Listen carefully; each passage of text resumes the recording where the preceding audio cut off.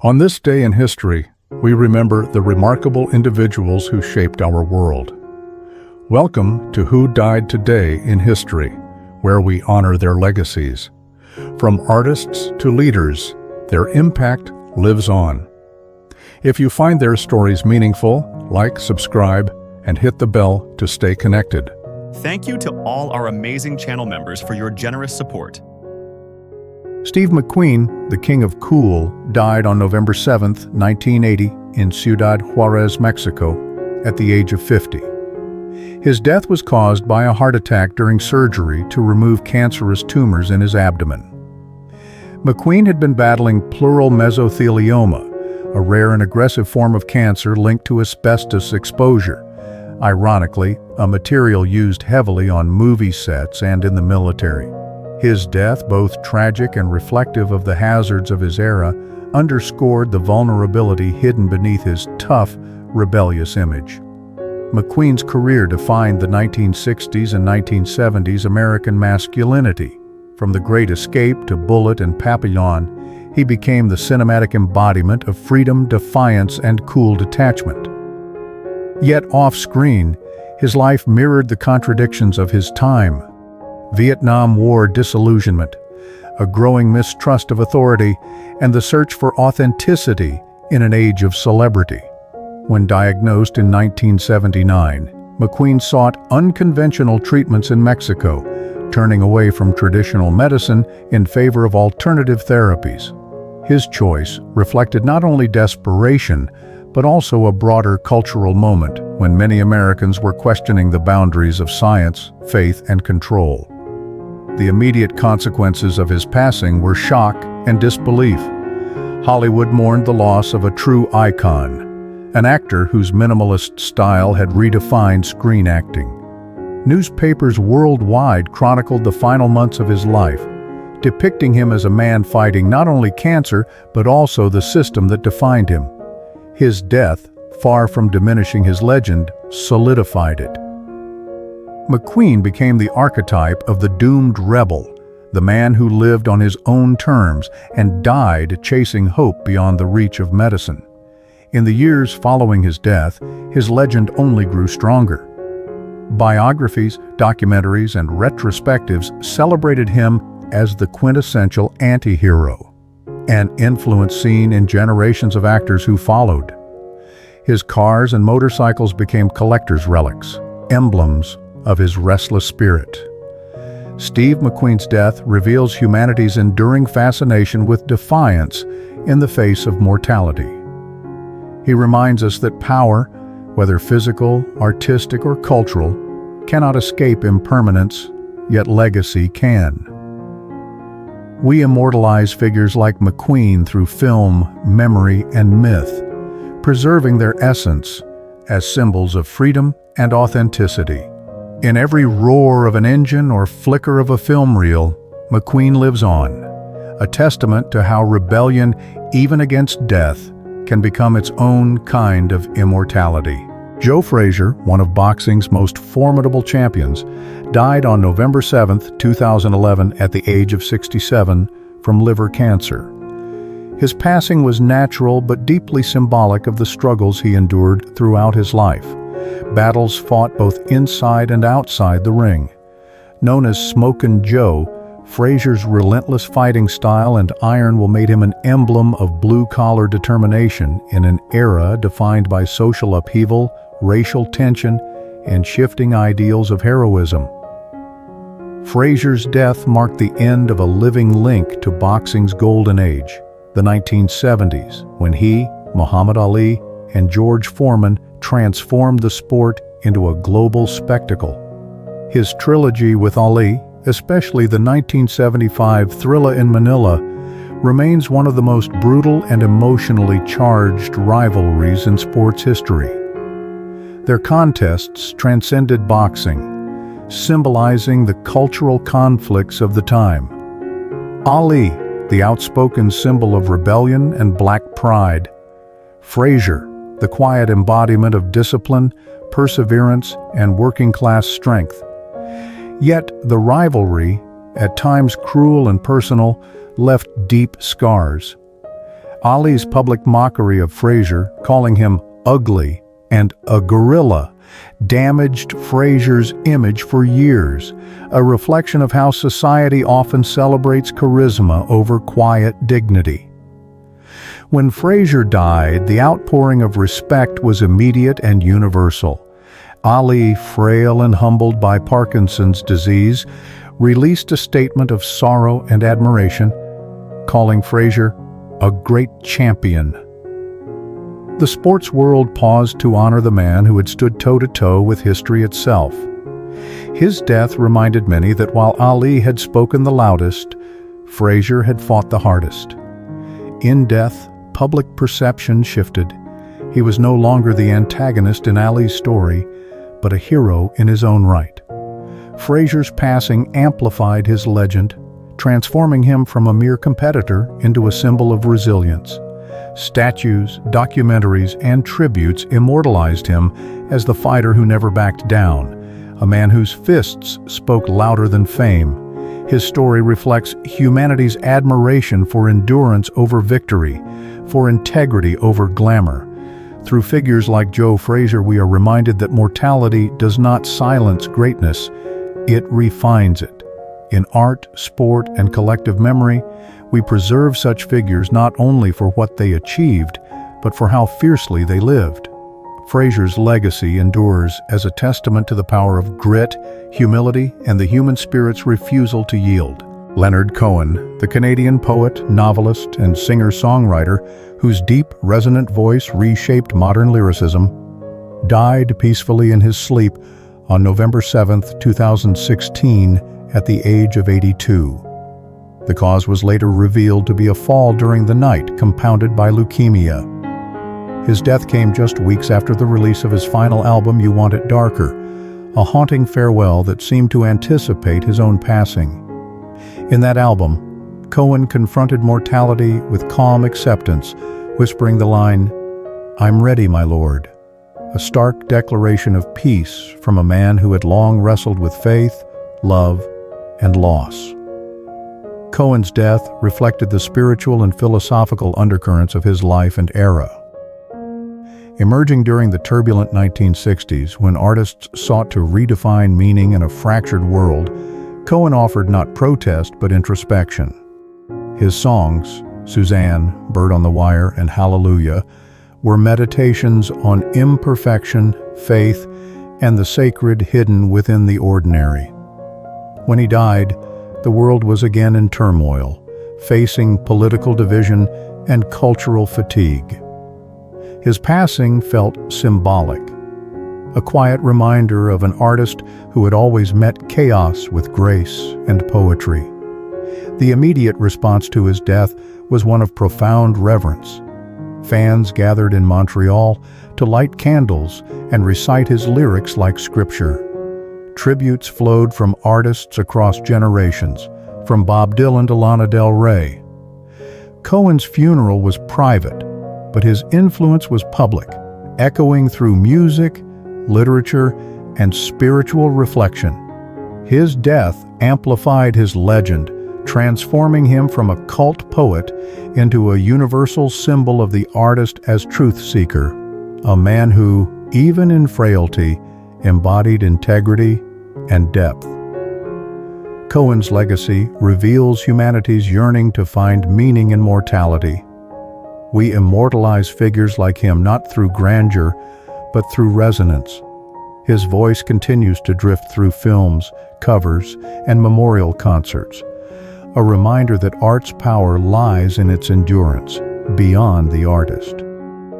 In Cohen's passing, we see how death can complete the narrative rather than end it, how memory, language, and song can outlast flesh, turning a mortal man into an eternal whisper in the world's collective soul. Dean Stockwell, one of Hollywood's most enduring and enigmatic actors, died on November 7, 2021, at the age of 85 from natural causes at his home in New Mexico. His death closed a career that had spanned more than 7 decades, from child stardom in the 1940s to cult icon status in science fiction and art cinema. His passing was peaceful, yet it marked the end of an era defined by resilience and transformation within the entertainment industry. Stockwell's career mirrored the evolution of American film and television. As a child actor under the rigid studio system, he was often cast as the innocent or idealized youth, a symbol of post-war optimism. Yet as the decades progressed, Stockwell broke free from that image, navigating the turbulence of Hollywood's shifting values. In the 1960s, he gravitated toward the counterculture, acting alongside figures like Dennis Hopper and becoming part of a generation that questioned conformity and authority. By the 1980s and 1990s, he had reinvented himself yet again, earning acclaim for his roles in Blue Velvet and Quantum Leap. His ability to evolve reflected not just personal adaptability, but the broader artistic and moral experimentation of his times. When Stockwell died, the reaction was not one of sensational grief, but quiet reverence. Fellow actors and fans celebrated his subtlety, his ability to disappear into roles rather than dominate them. His death invited reflection on a kind of artistry that has grown rare, a life devoted to craft rather than fame. In an age obsessed with celebrity, Stockwell's humility and eclectic choices stood as a quiet rebellion against Hollywood's glittering excess. His death amplified his legend not through tragedy, but through recognition. It reminded audiences of how the industry had changed and of the grace with which he had endured it. Statues and grand memorials may not follow his name, but his work continues to speak through the screen, a lasting tribute to authenticity in an artificial age. Dean Stockwell's departure highlights humanity's enduring need to preserve memory through art. We immortalize figures like him, not with monuments but with moments, flickering images that remind us of what it means to adapt, endure, and remain true to one's vision amid the relentless passage of time. Victor McLaglen, the towering British-born actor who became one of Hollywood's most distinctive faces in the early 20th century, died on November 7, 1959, at the age of 72. His death was the result of a heart attack in Newport Beach, California, a natural passing that reflected the end of an era shaped by physical endurance, masculine heroism, and the romanticism of old Hollywood. McLaglen, known for his rugged charm and imposing stature, had built his career portraying soldiers, brawlers, and men of conviction, roles that mirrored both his real-life toughness and the cultural ideals of his time. Born in 1886, McLaglen lived through the seismic shifts of the early 20th century, 2 world wars, the rise of cinema as mass entertainment, and the transformation of masculinity on screen. Before becoming an actor, he had been a boxer, serving with the British Army during World War I. His film career captured the evolving image of manhood during an age when stoicism and strength were celebrated virtues. His Oscar-winning performance in The Informer, 1935, directed by John Ford, revealed a deeper emotional complexity beneath his hard exterior, an acknowledgement of guilt, loyalty, and redemption in a fractured world still reeling from global conflict. When McLaglen died, Hollywood was already shifting toward a new generation of anti-heroes and method actors. His death symbolized the fading of the classical Hollywood archetype, men defined by honor and physical prowess, rather than vulnerability or psychological turmoil. The immediate response to his passing was one of nostalgic admiration. Colleagues like John Ford and John Wayne publicly mourned him, recalling his warmth, humor, and unrelenting spirit. His absence was felt not only in film circles but in the collective memory of an era when simplicity and strength were seen as moral virtues. In remembering McLaglen, humanity's fascination with power and mortality comes into focus. His legacy lives on in the films that immortalized him as both a fighter and a man of conscience, a figure who bridged the line between brute force and moral introspection. Through cinema, his image endures, the soldier with a poet's heart, the bruiser with a moral code.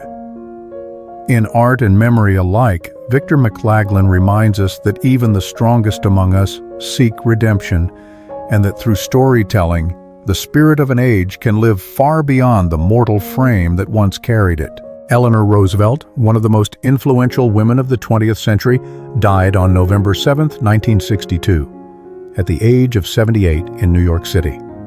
Her death, caused by complications from aplastic anemia and tuberculosis, marked the end of an extraordinary life devoted to public service, human rights, and moral leadership.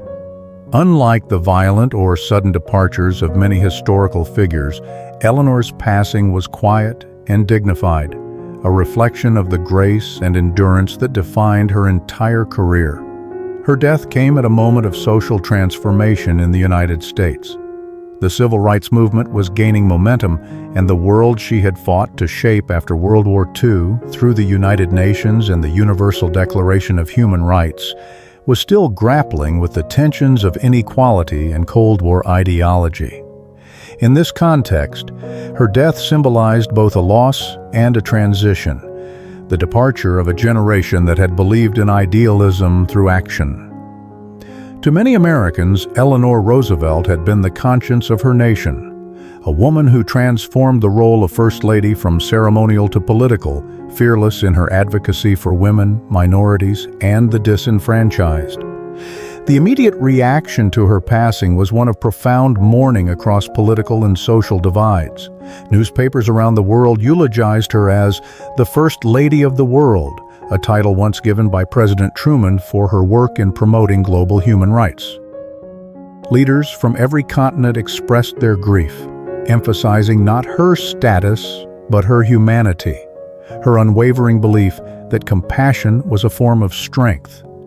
Her funeral drew dignitaries, world leaders, and ordinary citizens alike, uniting people across ideological boundaries in shared respect.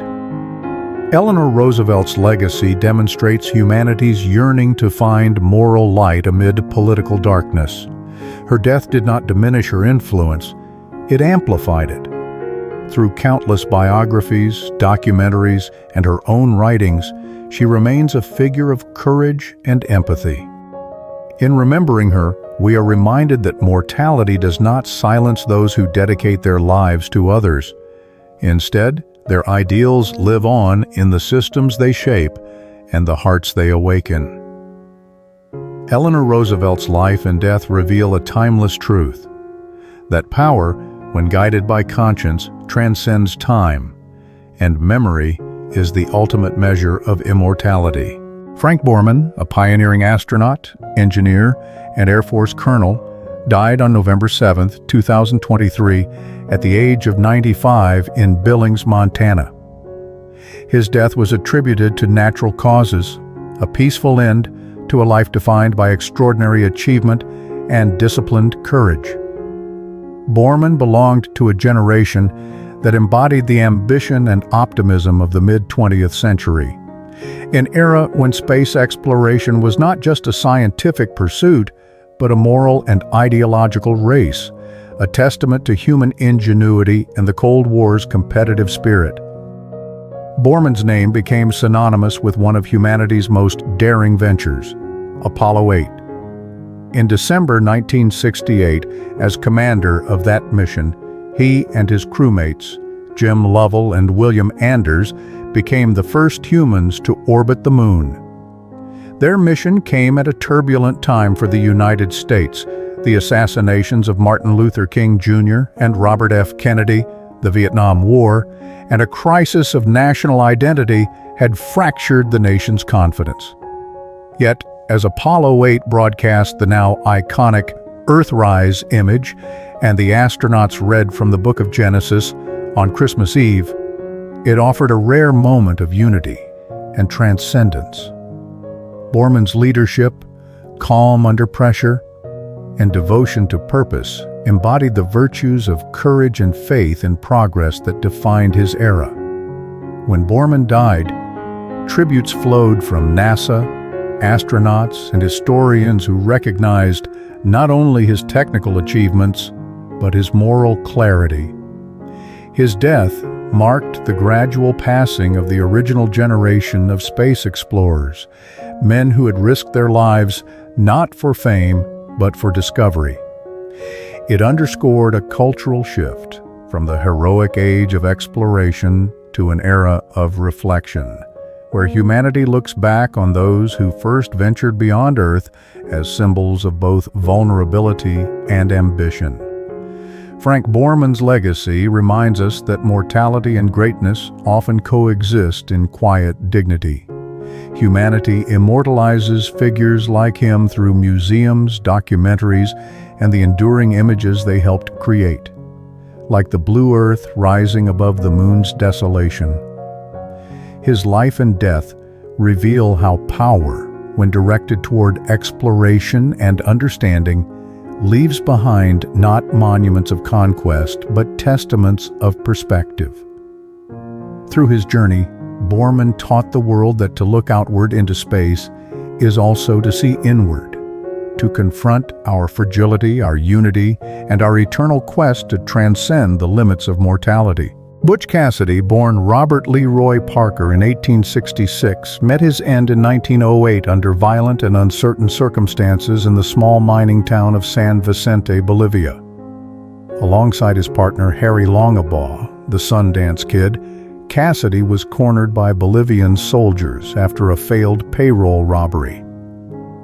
According to most historical accounts, the two outlaws engaged in a brief but fierce gunfight before taking their own lives to avoid capture. Yet, rumors that Cassidy survived and returned to the United States persisted for decades, fueling one of the Old West's most enduring legends. His violent death, or possible escape, embodied the shifting values of an era when the myth of the frontier was giving way to the modern state and its pursuit of law, order, and civilization. The early 20th century was a time when the American West was closing. Railroads, telegraphs, and organized law enforcement had ended the age of outlaws and cowboys that had once defined national identity. Cassidy, known for his charm and aversion to needless killing, represented the dying spirit of rebellion against industrial and governmental power. His death in Bolivia, thousands of miles from the frontier that had made him, was deeply symbolic. The outlaw hero exiled from the world that had created him. It reflected the broader displacement felt by many in an era of modernization, where freedom and adventure were being replaced by structure and surveillance. The immediate consequence of his death was myth-making. Newspaper reports were inconsistent, and the uncertainty surrounding his final moments allowed legend to overtake fact. Films like Butch Cassidy and the Sundance Kid, 1969, transformed him into a romantic anti-hero, a man who defied authority not out of greed but out of yearning for freedom. His story became part of a larger cultural narrative that celebrated defiance against conformity and nostalgia for a vanishing wilderness. Butch Cassidy's legacy reveals humanity's fascination with those who live and die beyond the boundaries of the ordinary. We immortalize such figures through art and storytelling not because they represent moral perfection, but because they embody our conflicted relationship with power, control, and mortality. In every retelling of Cassidy's death, we glimpse a deeper truth: that legends endure precisely because they blur the line between fact and faith, reminding us that even in death, the dream of freedom refuses to die.